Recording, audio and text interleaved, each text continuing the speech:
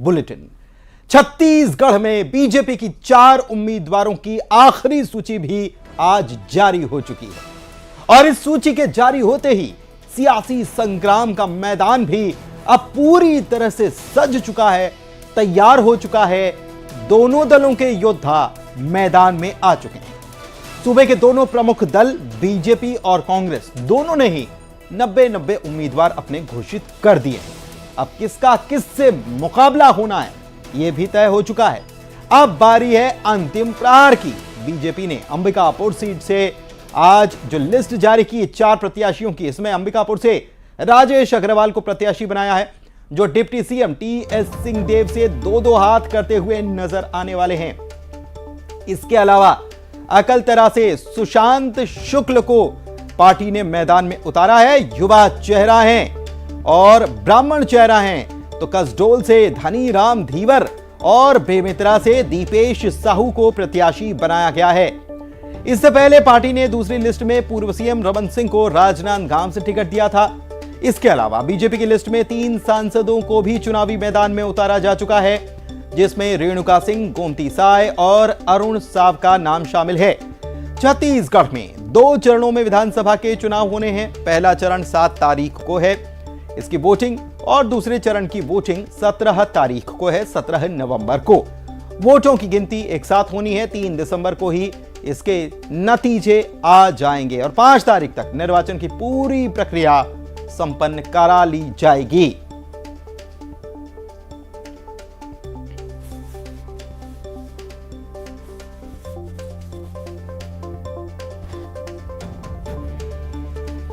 तो 3 दिसंबर को किसके सर सजेगा ताज ये साफ हो जाएगा, लेकिन इसके लिए योद्धा जो हैं उनके बारे में डिटेल्स पूरी आ चुकी है।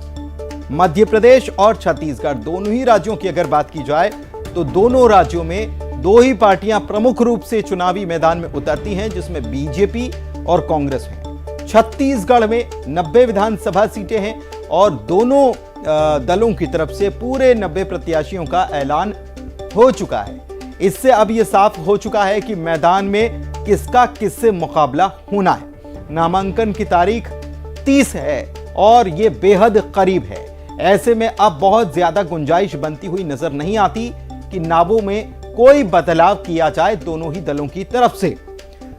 बड़ा ध्यान रखा गया है इस लिस्ट को जारी करने पर। आज बीजेपी ने जो 4 उम्मीदवारों की लिस्ट जारी की, बड़ा लंबा इंतजार किया जा रहा था और ये चारों सीट जो हैं 17 तारीख को यहां पर मतदान होना है। तो इसीलिए इसको होल्ड किया गया था कि 17 तारीख नामांकन में वक्त है, तो अभी समय है, इसलिए होल्ड किया गया, लेकिन आज इसे जारी कर दिया गया। ममता लांजेवार हमारी सहयोगी हमारे साथ रायपुर से जुड़ी हुई हैं, सीधे उन्हीं के पास चलते हैं। ममता, आखिरकार प्रत्याशियों का नामों का ऐलान हो चुका है, मैदान सज चुका है। योद्धा कौन किसके खिलाफ, किसका किससे आमना सामना होना है, सब कुछ तय हो गया है। क्या अभी भी बगावत के सुर कहीं ना कहीं से आ रहे हैं या यह गुंजाइश बन रही है कोई टिकट बदल दिया जाए? देखिए, बगावत की अगर हम बात करें तो बीजेपी और कांग्रेस दोनों तरफ जो है वो बगावत के सुर तो आ ही रहे हैं, क्योंकि लगातार अगर हम बात करें तो अलग अलग जो प्रत्याशी थे, दावेदार थे, वो उम्मीद लगाए हुए बैठे थे। कांग्रेस की अगर बात करें तो विनय जायसवाल जो है वो गोंडवाना गणतंत्र से, जो सिटिंग एमएलए थे मनिंदरगढ़ के, उनको टिकट नहीं मिली तो उन्होंने गोंडवाना गणतंत्र से नामांकन भरा है। अनूप नाग जो थे वो नारायणपुर से, अंतागढ़ से जो एमएलए थे, उन्होंने जो है वो एक अलग तरह से नामांकन भरा है। निर्दलीय वो लड़ाई लड़ेंगे। आज अगर हम बात करें तो आज ही की बात ले लीजिए, देवजी भाई पटेल धरसींवा से चाहते थे कि उन्हें टिकट मिले।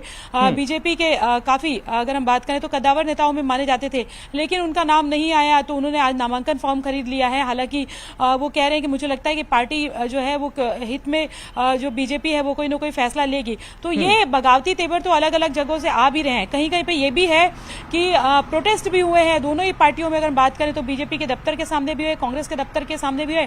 और इस प्रोटेस्ट को देखते हुए लगे हाथ जो जोगी कांग्रेस के नेता है अमित जोगी, उन्होंने ये ऑफर दे दिया कि जहां जहां जिसको टिकट नहीं मिली हमारी पार्टी के दरवाजे खुले हुए हैं। चूंकि अजीत जोगी जब थे तो बात कुछ और थी, लेकिन अब अमित जोगी हैं तो कहीं ना कहीं वो कोशिश कर रहे हैं कि जो रूठे हैं वो उनकी तरफ आ जाए तो कहीं उनकी पार्टी का तवज्जो बढ़ जाए। बिल्कुल रिबूट एक प्रकार से अपनी पार्टी को करने की कोशिश वो करते हुए नजर आ रहे हैं, इसलिए 11 उम्मीदवारों की लिस्ट जो है वो भी आज जारी कर दी गई है जोगी कांग्रेस की तरफ से। बहुत शुक्रिया आपका इस तमाम जानकारी के लिए। और चलिए बढ़ते हैं आगे, बात अगली खबर की करते हैं। तो प्रत्याशियों के नामों का ऐलान हो चुका है बीजेपी की तरफ से, यह आखिरी लिस्ट थी और अंबिकापुर से बीजेपी ने राजेश अग्रवाल को टिकट दिया है। प्रत्याशी घोषित किए जाने के बाद राजेश अग्रवाल ने न्यूज 18 से खास बातचीत की और इस दौरान उन्होंने कहा कि उप मुख्यमंत्री टीएस सिंहदेव ने बीते 5 सालों तक जनता से दूरी बनाए रखी और इसी का उन्हें फायदा मिलेगा, उन्हें भरोसा है। फाइनली अंबिकापुर विधानसभा सीट में भाजपा के शीर्ष नेताओं ने प्रत्याशी के नाम की घोषणा कर दी है। राजेश अग्रवाल को अंबिकापुर से भाजपा ने टिकट दिया है। हमारे साथ राजेश अग्रवाल जी मौजूद है। सबसे पहले तो आपको राजेश जी बहुत बहुत बधाई। धन्यवाद। अब आपको टिकट मिला है, क्षेत्र कौन कौन से ऐसे मुद्दे रहेंगे जिसको लेकर क्षेत्र की जनता से पास जाएंगे आप? बहुत से मुद्दे हैं। वर्तमान में जो विधायक हैं उन्होंने पिछले लंबे समय से उस देवतुल्य जनता से दूरी बनाई जिनके वोटों से वो विजयी होकर उस पद पे हैं। यही बहुत बड़ा मुद्दा है। आपके सामने टीएस सिंहदेव हैं, डिप्टी सीएम हैं, कितना चुनौती मानते हैं? कोई चुनौती नहीं है। 5 वर्ष पूर्व ही हमको पता था कि भारतीय जनता पार्टी जिसको भी टिकट देगी उसको टीएस सिंहदेव जी से ही चुनाव लड़ना है, इसलिए कोई चुनौती नहीं। जीतने के लिए कौन कौन सी रणनीतियाँ बनाएंगे?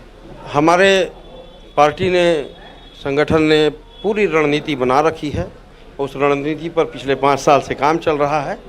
निश्चित रूप से हम उस रणनीति पे सफल होंगे और चुनाव जीतेंगे। जीतने में कितने आश्वस्त हैं? 100%। ये थे राजेश अग्रवाल, जिन्होंने साफ तौर पे कहा है कि टीएस सिंहदेव भले ही सामने डिप्टी सीएम है लेकिन जीत का दावा किया है। सरवान महंत, न्यूज़ 18 छत्तीसगढ़, अंबिकापुर। तो अभी लड़ाई की चिंता से ज्यादा खुशी टिकट मिलने की नजर आ रही थी। अब फिर मैदान में कैसे मुकाबला करना है इसकी रणनीति बनाई जाएगी, लेकिन मुकाबला किससे? टीएस सिंहदेव से। तो अंबिकापुर सीट पर बीजेपी से राजेश अग्रवाल को टिकट जब मिला तो टीएस सिंहदेव की प्रतिक्रिया भी जरूरी थी, तो उनका बयान भी सामने आ गया। उन्होंने कहा कि मुझे पता था कि बीजेपी से राजेश अग्रवाल को ही टिकट मिलेगा। राजेश अग्रवाल क्षेत्र में सक्रिय थे। सिंहदेव ने हार जीत के मुद्दे पर कहा कि यह तो सब मतदाता के ऊपर है। प्रतीक्षा तो नहीं थी क्योंकि मालूम था कि राजेश को ही टिकट मिलेगा। वो कई प्रकार से उपस्थिति भी अपनी क्षेत्र में दर्ज कर रहे थे, तो कोई नया नाम नहीं आया। ये लगभग तय था कि राजेश अग्रवाल ही होंगे और अभी उन्होंने औपचारिक घोषणा कर दी। वो मतदाताओं के ऊपर है, तो जैसा निर्णय अपना देंगे वैसा होगा। तो मतदाताओं के निर्णय का इंतजार सबको है, लेकिन बीजेपी ने चौथी लिस्ट जो जारी की इसमें बिलासपुर जिले की बेलतरा विधानसभा सीट से भी प्रत्याशी के नाम की घोषणा कर दी गई और ब्राह्मण चेहरा यहां पर उतारा गया। पिछले विधायक जो थे उनका टिकट काट दिया गया। सुशांत शुक्ल युवा चेहरा है, उनको टिकट दिया गया। वर्तमान में बेलतरा विधानसभा से बीजेपी के विधायक हैं रजनीश सिंह, उनका टिकट कटा है। उनकी जगह सुशांत शुक्ल को मौका मिला है। टिकट के ऐलान के बाद सुशांत शुक्ल ने नामांकन फॉर्म भी खरीद लिया। लिस्ट आ गई और चौथी लिस्ट में बेलतरा का जो बहुप्रतीक्षित इंतजार था वो भी खत्म हो गया। सुशांत शुक्ला को वहां से उम्मीदवार बनाया गया। सुशांत जी, बड़ा लंबा इंतजार करना पड़ा, किस तरीके से रणनीति रहेगी अब आगामी चुनाव को देखते हुए? मेरे लिए तो भारतीय जनता पार्टी के कार्यकर्ता होने के नाते जीवन का सबसे बड़ा गौरव का क्षण है। भारतीय जनता पार्टी के समस्त केंद्रीय नेतृत्व को और प्रांत के बड़े नेताओं को चरण छू के प्रणाम करते हुए आश्वासित करता हूं कि बेलतरा में भारतीय जनता पार्टी के नेतृत्व में चलने वाले विकास के रथ के पहिए को अब गति मिलेगी और इसके लिए संकल्प के साथ, युवा शक्ति के संकल्प के साथ बिलासपुर की नव चेतना पुनः जागृत होकर बिलासपुर फिर भारतीय जनता पार्टी के झोली में बेलतरा और संपूर्ण बिलासपुर जिला जाएगा। ऐसी मंगल कामना महामाया के चरणों में अर्पित करता हूं। आपके नाम को लेकर इतना लंबा इंतजार कैसे करना पड़ गया? क्या कहीं फिट नहीं बैठ पा रहा था मामला? चुनाव लड़ रहा है कमल छाप और मैं कमल छाप के कार्यकर्ता के रूप में चुनाव में मैदान में जा रहा हूं। जनता का आशीर्वाद मिलेगा। कोई नाम महत्वपूर्ण नहीं, हमारे यहाँ पार्टी महत्वपूर्ण है। देखिए, कहीं ना कहीं सिटिंग एमएलए का टिकट कटा है, तो कहीं ना कहीं एक दुख भी होगा और विरोध के स्वर भी कई जगह से निकलकर सामने आ रहे, तो कैसे उनको मेंटेन करें? परिस्थितिवश से ऐसी व्यवस्थाएं बनी है। मेरे नेता डॉक्टर रमन सिंह जी, प्रदेश अध्यक्ष अरुण साहू जी, प्रदेश के महामंत्री गण और प्रदेश के पूरे नेता के साथ साथ मेरे बड़े भाई, मेरे अभिभावक रजनीश सिंह जी के नेतृत्व में बेलतरा चुनाव लड़ेंगे और हम बेलतरा ऐतिहासिक मतों से इस बार जीतेंगे। क्या चुनौती होंगी? चुनौती कांग्रेस के लोगों के पास है, भारतीय जनता पार्टी। अब छत्तीसगढ़ की जनता कहने लगी है कांग्रेस के साथ कि तुमने हमको ऐसे लूटा भरी बीच बाजार में कि चुनरी तक का रंग उड़ गया फागुन के त्योहार। मुद्दे क्या होंगे? मुद्दे सिर्फ विकास, सिर्फ विकास, सिर्फ विकास। विकास किस नाम से? चूंकि सरकार तो कांग्रेस की है, तो फिर कौन से विकास को गिनाएंगे? चाहता हूं 5 सालों में छत्तीसगढ़ के संसाधनों को लूटकर गांधी परिवार के एटीएम के रूप में समर्पित करने वाले भूपेश बघेल के जो मिला व्याप्त जनादेश है, अब वो वापस जनता लेने को तैयार बैठी है। तो ये थे हमारे साथ सुशांत शुक्ला, जो लंबे इंतजार के बाद बेलतरा सीट के नाम की घोषणा हुई है और उसमें सुशांत शुक्ला का नाम आया है। निश्चित रूप से उन्होंने दावा किया है कि बेलतरा विधानसभा को भारी मतों से जीतेंगे और पार्टी ने जो उन पर भरोसा जताया उन पर खरा उतरेंगे। बिलासपुर से न्यूज 18 के लिए उमेश मौर्य। रजनीश सिंह को अभिभावक सुशांत शुक्ल बता रहे हैं, देखना होगा कि अभिभावक आशीर्वाद देते हैं या नहीं। इधर बीजेपी ने बलौदाबाजार के कसडोल विधानसभा सीट की अगर बात करें तो यहां से धनीराम धीवर को मैदान में उतार दिया है। इनको हरी झंडी पकड़ा दी है कि आप हमारी तरफ से प्रत्याशी हैं आधिकारिक रूप से। जिस वक्त बीजेपी ने धनीराम धीवर का नाम का ऐलान किया उस वक्त वो जनसंपर्क के लिए निकले हुए थे। प्रत्याशी घोषित होने की खबर मिली तो भावुक भी हो गए। कहा उन्हें बिल्कुल भरोसा नहीं था कि पार्टी उन्हें प्रत्याशी बना देगी। पनगांव के रहने वाले धनीराम अपनी एक बाइक पर बैठकर प्रचार कर रहे हैं। ये पूछे जाने पर कि कार से क्यों नहीं घूम रहे तो उन्होंने कहा कि उनके पास कार है नहीं, लिहाजा बाइक से ही वो प्रचार करने में लगे। धनीराम धीवर का मुकाबला कांग्रेस के संदीप साहू से होना है।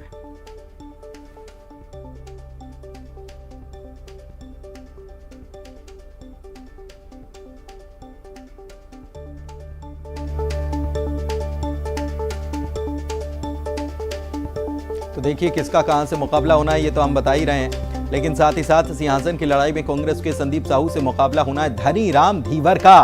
कसडोल सीट से उन्हें उम्मीदवार बनाया गया और ये देखिए छत्तीसगढ़ के अंबिकापुर सीट से देखिए किससे मुकाबला, कौन किसके बनाम है। राजेश अग्रवाल, टीएस सिंहदेव लड़ेंगे आपस में। ये बड़ी फाइट छत्तीसगढ़ की सबसे बड़ी फाइट है।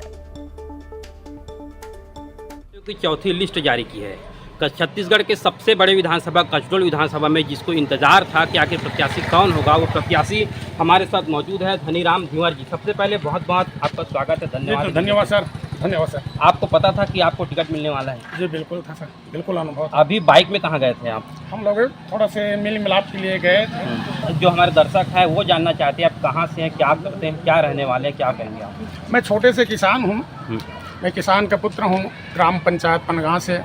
और ग्राम पंचायत पनगांव में लगातार 10 साल से सरपंच रहा हूँ, 5 साल सरपंच भी रहा हूँ। कार्यकर्ता हैं छोटे से आप, इतनी बड़ी जिम्मेदारी आपको दी, कसडोल विधानसभा जैसे सबसे बड़े विधानसभा में आपकी जिम्मेदारी की है, कैसे लड़ेंगे चुनाव? कार्यकर्ता ही चुनाव लड़ता है, कोई व्यक्तिगत तो कोई नहीं लड़ पाता। कार्यकर्ता और जितने भी भाजपा के कार्यकर्ता हैं वही लड़ेगा। मैं कुछ नहीं कर सकता, मैं क्या लड़ सकता हूँ? मैं एक तो छोटे से कार्यकर्ता हूँ, तो कार्यकर्ता ही लड़ेंगे और वही जीत के।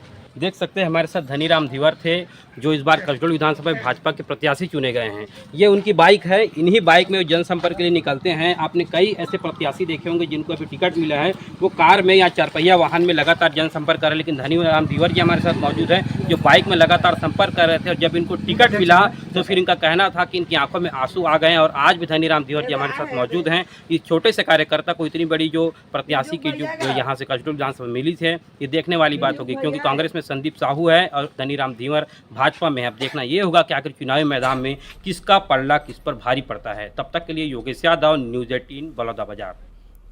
इधर मुंगेली की बात करते हैं। नामांकन फॉर्म खरीदने के बाद अरुण साहब रायपुर लौटे और रायपुर लौटते ही फॉर्म में भी नजर आ गए। एक बार फिर से उन्होंने सूबे की सत्ताधारी पार्टी कांग्रेस को निशाने पर लिया। प्रदेश कांग्रेस प्रभारी कुमारी शैलजा के सांप्रदायिकता वाले बयान पर पलटवार किया और सबूत के तौर पर कई लड़कों को झूठे मुकदमे में फंसाने के आरोप लगा डाले। कोर्ट युवकों के बरी होने का कोर्ट से हवाला भी उन्होंने दिया और अरुण साहब ने यह भी कहा कि बघेल सरकार ने प्रदेश में घोटाले और भ्रष्टाचार के सारे रिकॉर्ड ही तोड़ दिए हैं।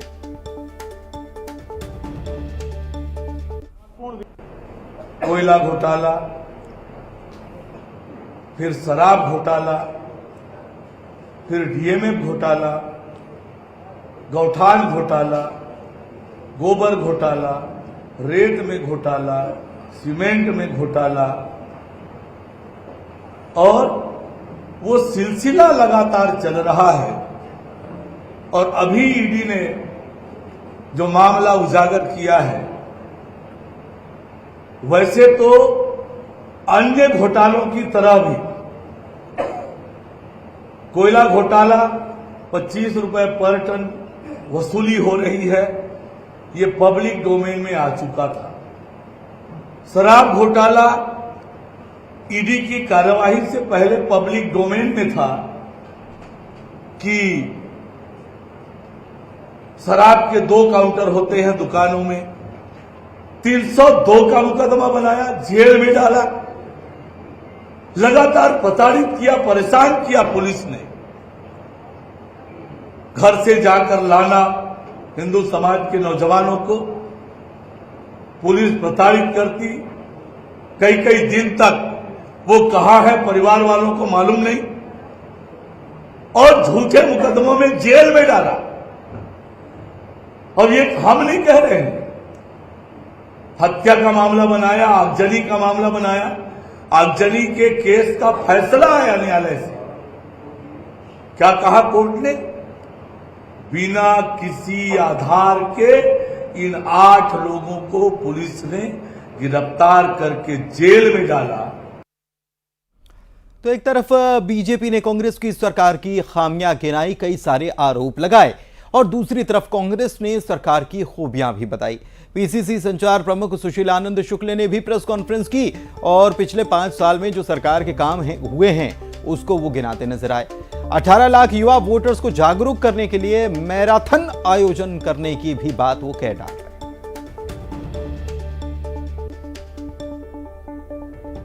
तो सिर्फ 0.5% बेरोजगारी दर, उसमें भी शिक्षित बेरोजगारों को 2500 रुपए बेरोजगारी भत्ता देने का काम माननीय मुख्यमंत्री भूपेश बघेल जी ने शुरू किया। सभी महाविद्यालयों में गुणवत्ता युक्त शिक्षा मिले, यह सुनिश्चित करने का काम हमारी सरकार ने किया। 10 नए स्वामी आत्मानंद अंग्रेजी माध्यम के महाविद्यालय खोले गए। पीएससी और अन्य परीक्षाओं में आवेदन के लिए पूरी तरीके से शुल्क को माफ किया गया। एनएसयूआई, यूथ कांग्रेस और Congress party first time voter marathon का आयोजन कर रही है। 30 अक्टूबर को सुबह 6 बजे तेलीबांधा तालाब मरीन ड्राइव से गांधी मैदान तक यह आयोजन किया जाएगा। ये जो 18 लाख फर्स्ट टाइम वोटर हैं, छत्तीसगढ़ के कुल वोटर के लगभग 10% होते हैं। जो एक बड़ी संख्या है जो फर्स्ट टाइम वोटर हैं, उनको जागरूक करना इस देश के लोकतंत्र के लिए, इस प्रदेश के लोकतंत्र के लिए आवश्यक है। एक राजनीतिक दल होने के नाते हम अपने इस कर्तव्य को आगे बढ़ाने के लिए इस मैराथन का आयोजन। इधर कर्ज माफी का जब से ऐलान हुआ है उसके बाद सियासत तेज है, तो कर्ज माफी की घोषणा पर बीजेपी लगातार सवाल उठा रही है और इस पर सीएम कर रहे हैं पलटवार। कह रहे हैं कि बीजेपी के लोगों को धन्यवाद है कि अब भी वो सवाल कर रहे हैं, तो वो विपक्ष में बैठने के लिए मानसिक रूप से तैयार हो गए हैं। किसानों के लिए काम किया है, किसान मजबूत होगा तो छत्तीसगढ़ मजबूत होगा, और इसीलिए उन्होंने ये घोषणा की है। बीजेपी की आवाज देने की घोषणा पर उन्होंने कहा कि आवाज तो हमने दे दिया है। केंद्र सरकार ने जो सर्वे किया था उसमें भी 47,000 लोगों को हमने आवास की राशि दे दी है। इसके अलावा हमारे सर्वे के हिसाब से 10 लाख लोग पात्र हैं और उन्हें भी आवास दे दिया जाएगा। और वे बता रहे हैं कि कुल 17.5 लाख लोगों को आवास दिया जाना है। मैं तो भारतीय जनता पार्टी साथियों को धन्यवाद देना चाहता हूं कि अभी भी वो सवाल पे अटके हैं। तो इसका मतलब ये है कि मानसिक रूप से तैयार हैं वो विपक्ष में बैठने के लिए। अब वो सवाल इस बात का है कि वो आंकड़ा 13 मेंटेन करेंगे कि उससे भी नीचे जाएगा। किसानों का ये प्रदेश है और किसानों के लिए लगातार हम लोग काम करते रहे हैं। कोरोना भी था, संकट का समय था, और निश्चित लगातार किसानों के हित में हम लोगों को काम कर रहे हैं, ताकि यदि किसान मजबूत होगा तो छत्तीसगढ़ मजबूत होगा, छत्तीसगढ़ के लोग मजबूत होंगे। और इसलिए हमने किसानों के पक्ष में ये घोषणा की है। और बड़ी खबर इस वक्त आपको बता रहे हैं, प्रधानमंत्री से राम जन्मभूमि निर्माण समिति के सदस्यों ने मुलाकात की है। रामलला की प्राण प्रतिष्ठा में प्रधानमंत्री शामिल होने वाले हैं और 22 जनवरी को कार्यक्रम तय कर दिया गया है। 22 जनवरी को राम मंदिर में, अयोध्या के श्री राम मंदिर में प्राण प्रतिष्ठा होनी है और इसके लिए रामलला की प्राण प्रतिष्ठा में प्रधानमंत्री शामिल होने वाले हैं और इसके लिए प्रधानमंत्री से राम जन्मभूमि निर्माण समिति के सदस्यों ने आज जाकर मुलाकात भी की है। रामलला की प्राण प्रतिष्ठा होनी है और इसमें प्रधानमंत्री शामिल होंगे और तारीख नियत की गई है 22 जनवरी। 22 जनवरी को राम मंदिर की प्राण प्रतिष्ठा होनी है और इसमें प्रधानमंत्री अपनी मौजूदगी दर्ज कराएंगे। बड़ी खबर आपको बता रहे हैं, बड़ा तेज गति से राम मंदिर निर्माण अयोध्या में चल रहा है और अद्भुत स्वरूप इसे दिया जा रहा है। कलाकार जो हैं, कारीगर जो हैं, वो अपने काम में लगे हुए हैं, लेकिन तैयारियां जब अंतिम दौर में हों तो प्राण प्रतिष्ठा के लिए आमंत्रण, निमंत्रण, तमाम चीजें हो रही हैं। और ये बड़ी खबर इस वक्त आपको बता रहे हैं कि अयोध्या के श्री रामलला के मंदिर के लिए प्रधानमंत्री को आमंत्रित करने गए थे। जन्मभूमि निर्माण समिति के सदस्य जो हैं, रामलला की प्राण प्रतिष्ठा में शामिल होने के लिए प्रधानमंत्री से मिले हैं और प्रधानमंत्री शामिल होंगे। 22 जनवरी को राम मंदिर की प्राण प्रतिष्ठा होनी है।